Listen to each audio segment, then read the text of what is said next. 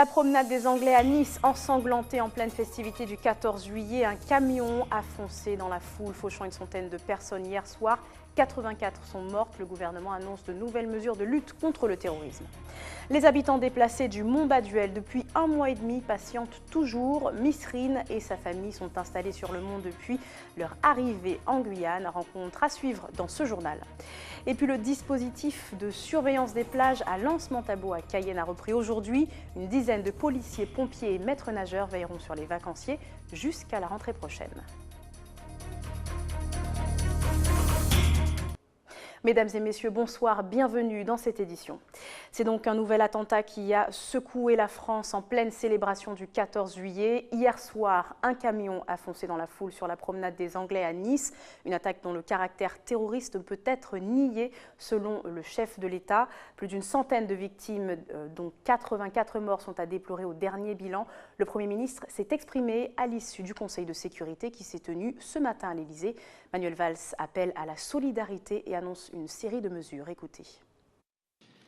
L'urgence, et c'est ce que nous avons évoqué il y a un instant, c'est bien sûr l'accueil des familles et la restitution des dépouilles de leurs proches après l'identification. L'ensemble des services de l'État sont mobilisés pour aider les familles et les accompagner dans ce moment particulièrement difficile, sur le plan médical, sur le plan psychologique. En complément de la gestion opérationnelle de l'événement, exécutée sous l'autorité du préfet des Alpes-Maritimes et en réaction immédiate à cet attentat, vous le savez, les mesures suivantes ont été décidées. La cellule interministérielle de crise a été activée. Le département des Alpes-Maritimes a été placé au niveau alerte attentat du plan Vigipirate. La section antiterroriste du parquet de Paris s'est saisie de l'enquête. Et je veux donc rappeler que l'ensemble des informations concernant l'enquête seront données par le procureur de la République. La cellule interministérielle d'aide aux victimes a été activée. En outre, le président de la République, il a eu l'occasion de le dire cette nuit à nos compatriotes, a décidé le maintien à son niveau maximum de l'opération Sentinelle, ainsi que le recours à la réserve opérationnelle de premier niveau de la gendarmerie nationale. Les effectifs supplémentaires ainsi mobilisés permettront de maintenir dans la durée un niveau de vigilance et de protection élevé. Le volume, les délais et les modalités de convocation de ces réservistes opérationnels sont en cours de mise en œuvre par la Direction générale de la gendarmerie nationale. Enfin, un projet de loi permettant la prorogation de l'état d'urgence pour une durée de 3 mois supplémentaires sera présenté en Conseil des ministres après avis du Conseil d'État mardi prochain pour que le Parlement puisse examiner ce texte mercredi et jeudi prochain. Là aussi, il s'agit de rester dans cette mobilisation. Et nous allons maintenant entendre le témoignage d'un jeune Guyanais installé à Nice depuis 2014. Il était sur la promenade des Anglais quelques minutes avant le drame. Darren Joseph nous dit quelle est l'ambiance aujourd'hui à Nice. Écoutez. À Nice, en ce moment, c'est le bordel, là. Il y a des bouchons de partout. Les keufs, ils ont fermé la prom et voilà. Personne peut... Enfin, en plus, aussi en à pied, mais ils ont renforcé la sécurité aussi. Il y a de plus en plus de mecs de l'armée là qui traînent et voilà. Mais tout le monde a peur là en ce moment, je crois. Tout le monde a peur. En tout cas, moi, j'ai pas peur, mais tout le monde a peur là en ce moment. Ils se demandent est-ce qu'il y aura pas d'autres trucs, etc., etc. Et cette peur se traduit par quoi exactement? Ben, personne dehors. La ville, elle est presque vide. Elle est quasi dehors. Et il y a que les keufs et quelques personnes qui vont se promener, mais sinon, elle est quasi vide la prom. Et vous êtes ressorti depuis hier soir? Non, même pas. Je viens de sortir là aujourd'hui et j'ai vu ça. Non, ça ne me pousse pas à quitter Nice parce que bon, c'est pas comme s'il y avait des bombes qui avaient explosé non plus. Donc ça va. Donc c'est pas ça, ça va. Et dans ce contexte, vous êtes de plus en plus nombreux à redouter les grandes villes. Nous vous avons tendu le micro. Voici vos réponses. Oui, je crois, oui, parce que d'après ce que j'ai vu aux informations, la France est un des pays les plus touchés, qui est les plus ciblés du moins. Donc oui, je crois qu'il y a à craindre. Hein. Et je crois que le gouvernement français devrait se prendre plutôt au sérieux, là, parce que c'est bien de toucher son salaire, mais il faut peut-être assumer. Hein.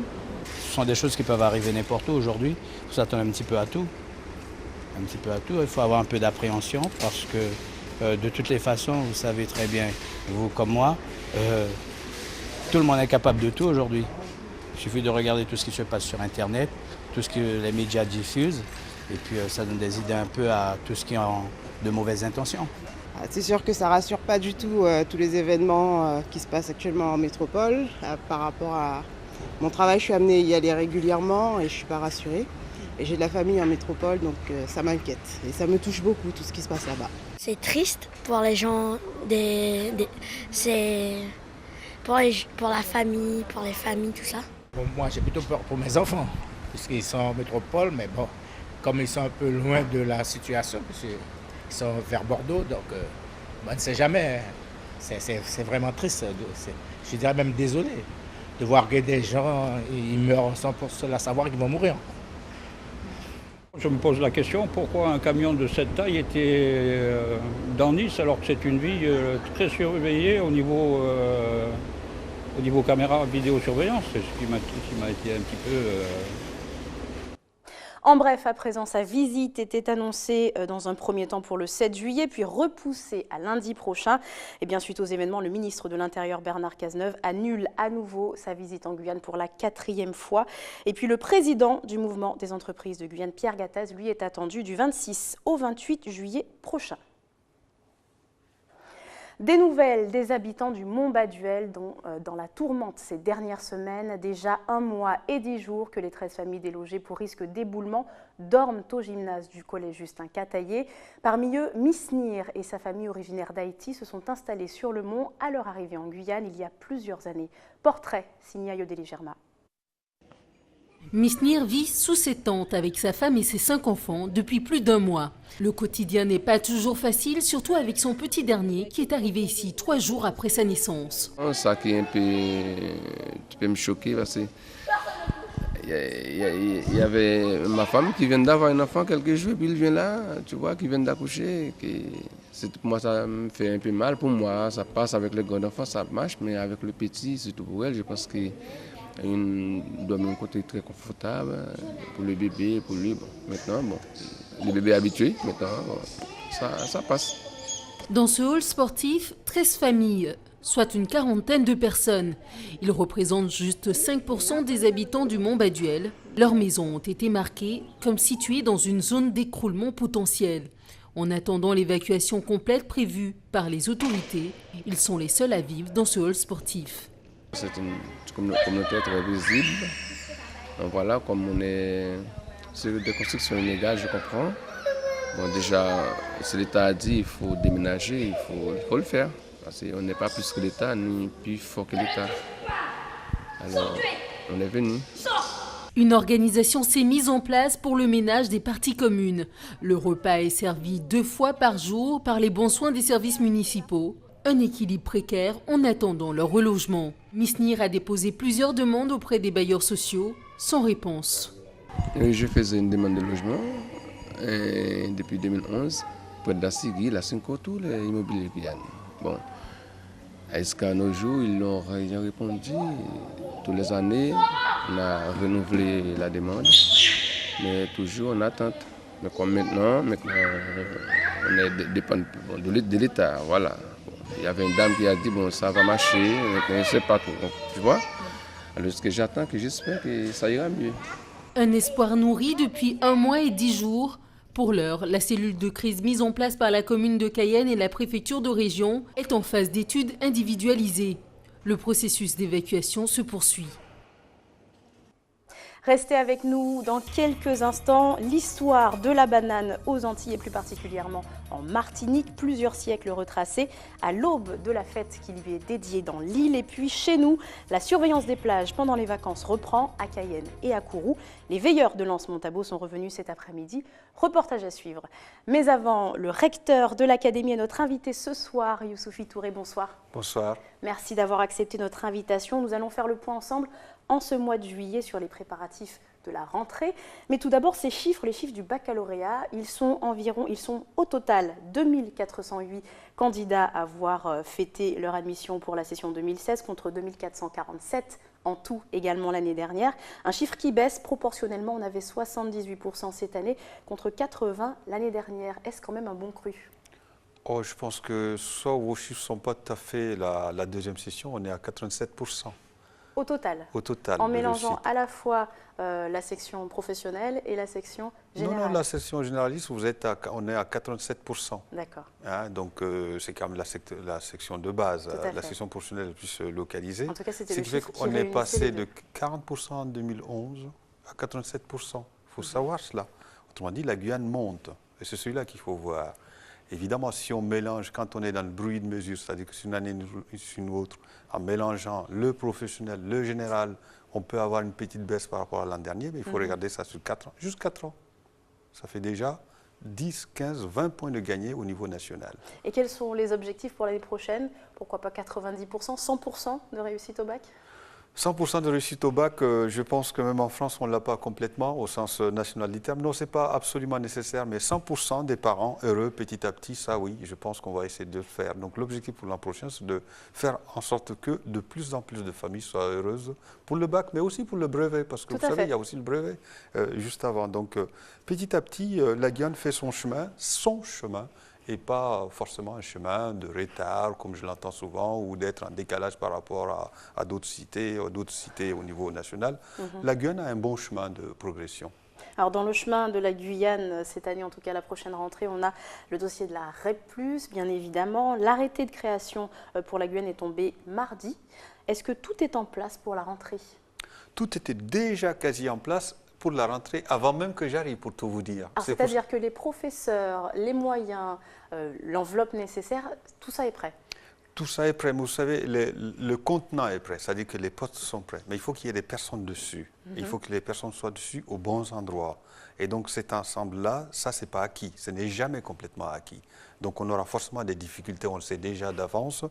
Sur certains sites isolés, on a des difficultés de recrutement. Et même ici, sur le littoral, on peut avoir des difficultés de recrutement ou aussi le fait qu'on ait une surcharge par rapport à ce qui était prévu. Les REP+ sont dans une disposition que nous n'avons pas la possibilité de faire complètement en Guyane actuellement quand même.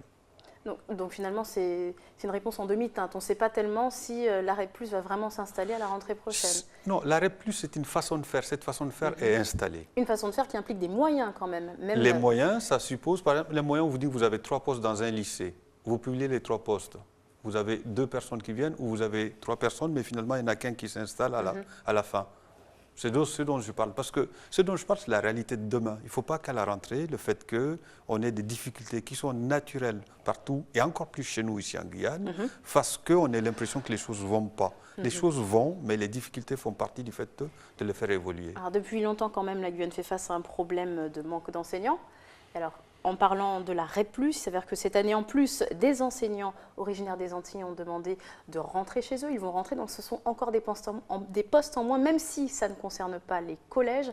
Qu'est-ce que le rectorat fait pour que la rentrée prochaine se fasse avec un enseignant devant chaque classe? Le rectorat fait déjà une chose. Par exemple, la première chose que j'ai faite, parce que vous savez, une rentrée se prépare quasiment entre décembre et février. La première chose qu'on a faite, c'est de faire en sorte que l'ensemble des personnes qui sont sur des postes, qui le demandent, le gardent, y compris contractuels. Mettre le paquet sur les contractuels. Les titulaires peuvent bouger plus facilement que les contractuels. Donc les garder, pas les enlever pour les rechercher une fois qu'on a un manque, mais les garder, y compris en surcharge. Ensuite, la première chose que vous disiez, il faut faire une différence entre le fait qu'on ait des postes et le fait que des personnes partent. Si une personne part, mais le moyen reste. Il ne faut pas penser que dès que quelqu'un part, on n'a pas les moyens. Si, on a les moyens. Mais il faut qu'on puisse recruter quelqu'un. Le remplaçant n'est pas forcément là, en tout cas. Le remplaçant n'est pas forcément là. C'est pour cela qu'on maintient les contractuels, même si on a le risque d'avoir du doublon. Et ça, c'est la première décision que j'ai prise cette année par rapport à la rentrée 2016-2017. En termes de budget, quelle enveloppe a été attribuée à la Guyane, notamment en lien direct avec la REP+? Alors, ça ne se pose pas en enveloppe, ça se forme en structure. Donc, toutes les structures au niveau de ce qu'on appelle les LOLF, les structures LOLF pour le premier degré, pour le deuxième degré et pour l'ensemble des structures, on est au taquet de la possibilité que donne l'État. Et en plus, on peut les dépasser et avoir une discussion par rapport au fait de pourquoi on l'a dépassé, quelle légitimité on le fait. Donc ça ne se compte pas en termes de quels sont les moyens. On a les moyens maximum pour pouvoir faire fonctionner la Guyane à la rentrée. Vous ne donnerez pas de chiffres? Ah non, je ne donne jamais de chiffres pour ça. D'accord. En parlant des enseignants et du manque, en tout cas en Guyane, globalement, comment le rectorat compte agir? Est-ce qu'on va peut-être favoriser la formation? Est-ce qu'on va essayer d'élargir le nombre de candidats à l'école des professeurs? Le rectorat agit sur 3 fronts. Le premier front, c'est l'attractivité. On le fait ensemble avec les syndicats, avec les organisations syndicales, avec les parents d'élèves. Le deuxième front, c'est les parents d'élèves. Je vais mettre en place un pôle pour la qualité de vie, l'attractivité, le climat scolaire, la restauration, l'internat, avec les collectivités territoriales. Le troisième pôle, c'est l'anticipation. Il faut qu'on anticipe, parce que ce que je constate aussi souvent, c'est le fait qu'une fois qu'on est dans le problème, on le voit, ce n'est pas parce qu'on l'aurait dit avant, mais il faut préparer les solutions de demain, aujourd'hui. Donc l'anticipation est un bon vecteur pour pouvoir faire en sorte que petit à petit, la Guyane garde la dynamique que les autres ont commencé et qu'il faut absolument qu'on continue. Merci beaucoup Youssouphi Touré d'avoir répondu à nos questions ce soir. Revenons dans le reste de l'actualité. 2 jours après le jugement prononcé contre 2 militants du mouvement international pour les réparations interpellés dimanche dernier pour outrage et violence sur des agents de la force publique, les militants du MIR s'expliquent. Ils dénoncent une intervention abusive des forces de l'ordre suite à une accusation de l'ONF qu'ils jugent infondée. On écoute le président du MIR ainsi que 2 militants, le deuxième des militants inculpés, au micro de Jonathan Lariot. La réquisition du procureur montrait à l'évidence qu'il y avait donc une complicité entre l'État et la justice à faire en sorte que nous puissions arrêter nos activités sur un lieu qui correspond à notre spiritualité. Dimanche, nous serons sur le même lieu, à la même heure, et nous avons continué sur le même sujet. C'est en direction des autorités judiciaires et de l'État que j'envoie ce message. Nous n'allons pas nous plier, bien entendu, parce que nous sommes des descendants africains déportés. Si nous existons encore, c'est que nous avons cette capacité de résister face à la détermination raciste de ceux qui nous oppriment pendant plus de 4 siècles. Nous sommes venus pratiquer notre culte, tout simplement, et faire avancer l'idée que nous nous faisons de nous-mêmes et de cette Guyane de demain, que nous vivons aujourd'hui. Et lorsque le juge ou le procureur dit que nous étions dans un lieu qui ne permettait pas de dire que c'était une église, nous nous sommes permis de lui dire que nous n'avons pas le paraître de certaines églises. Mais il n'en est pas moins vrai que nous savons nous reconnaître et nous n'attendons de personne d'être reconnus. Les questions qui m'ont été posées me donnent à penser que le simple fait que des êtres humains d'ascendance africaine puissent se réunir et vouloir ne plus être victimes, ça dérange.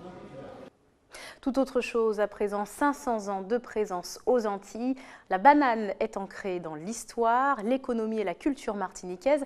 Et elle était au cœur d'une conférence proposée hier au musée qui lui est consacré. Un colloque qui ouvre cette année la 6e édition de la Fête de la banane. Reportage Louis Sabas.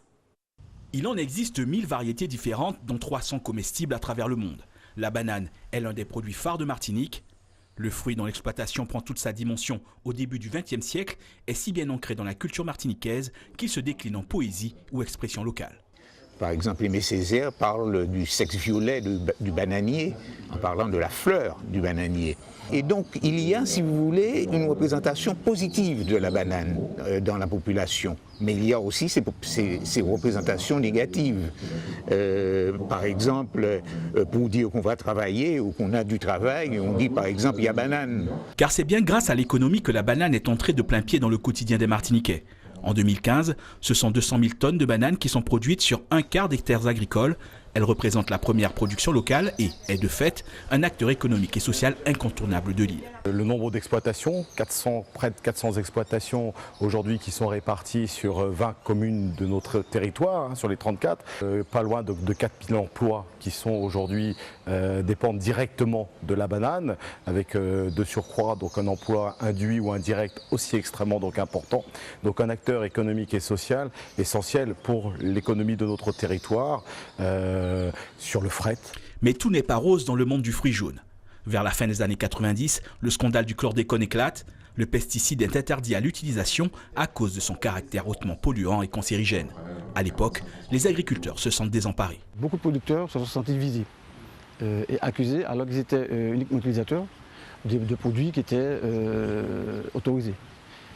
Ça, c'est un fait. Et le deuxième fait, c'est que beaucoup de producteurs ont été surpris parce que l'arrêt de produits phytosanitaires, notamment de la chlordécone, ça s'est ressenti de façon brutale parce qu'on n'a pas permis ou mis en place des mesures de substitution. Que la profession s'est mise à chercher, à réfléchir, à accuser le coût, bien évidemment, mais s'est dit, bon, voilà, c'est notre production, c'est notre vie, donc il faut tout faire pour démarrer. L'épisode du chlordécone aura peut-être été l'élément déclencheur qui a permis de se tourner vers des procédés de culture plus propres. Les avancées importantes qu'on a depuis ces 10 dernières années, on a notamment l'utilisation des couverts végétaux et qui permettent un grand nombre de services intéressants, limiter l'érosion, améliorer le stockage de l'eau, améliorer le retour de la vie dans les parcelles. Donc on a à nouveau des vers de terre, on a à nouveau des champignons, on a à nouveau tout un tas de cortèges d'insectes. Et du coup, on a des bananiers en bien meilleure santé. Mais la banane n'est toujours pas tirée d'affaire. Une nouvelle menace plane depuis plusieurs années, celle de la cercosporiose noire, un champignon qui s'attaque aux feuilles de bananier, un ennemi qui, pour l'heure, semble bien maîtrisé en Martinique. L'objectif étant pour 2016 d'atteindre les 210 000 tonnes de bananes produites. C'est peut-être un de vos doux rêves, dormir à la belle étoile dans une bulle transparente, seul ou à deux. Eh bien, c'est désormais possible. En Guadeloupe, le concept appelé Wiwashimara vient d'arriver, s'est installé à Trois-Rivières. Karen Diamin nous fait découvrir les charmes de ce lieu insolite.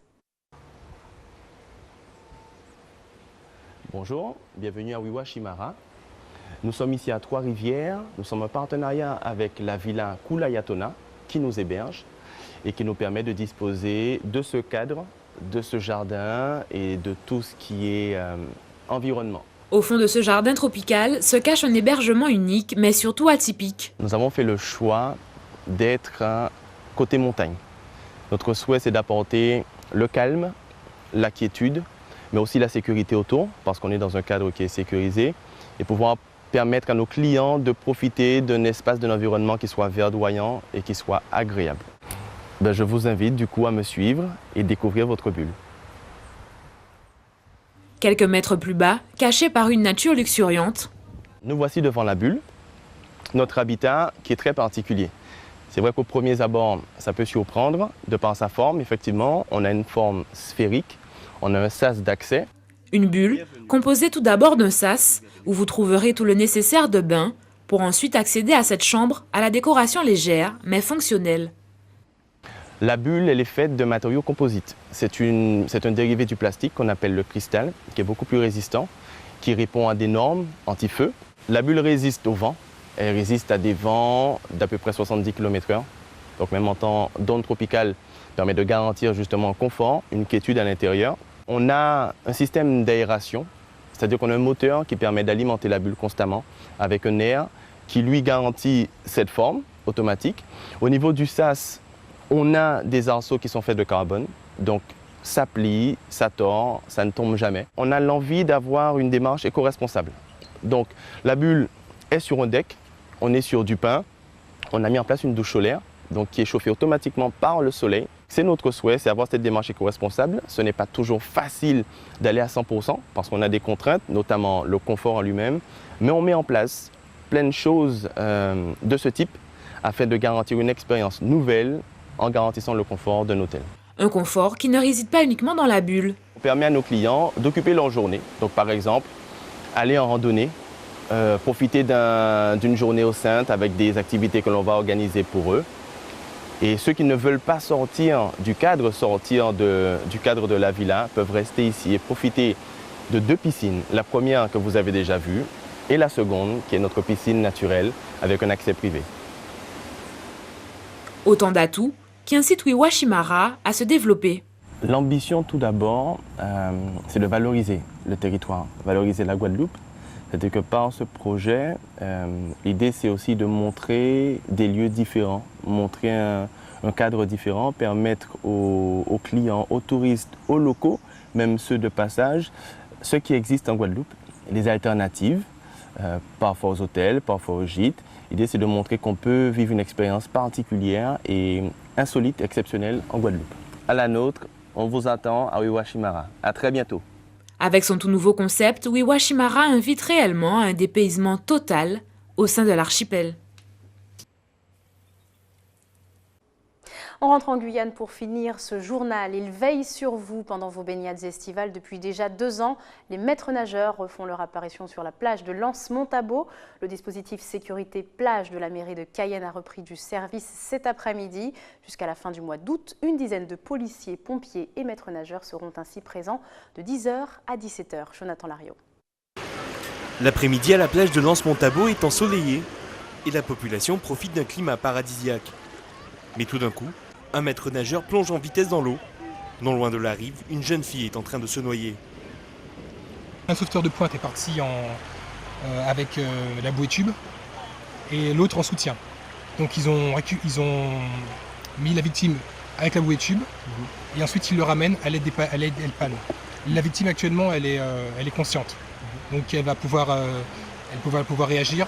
Après avoir ramené la victime sur la berge, elle est tout de suite prise en charge par l'équipe présente.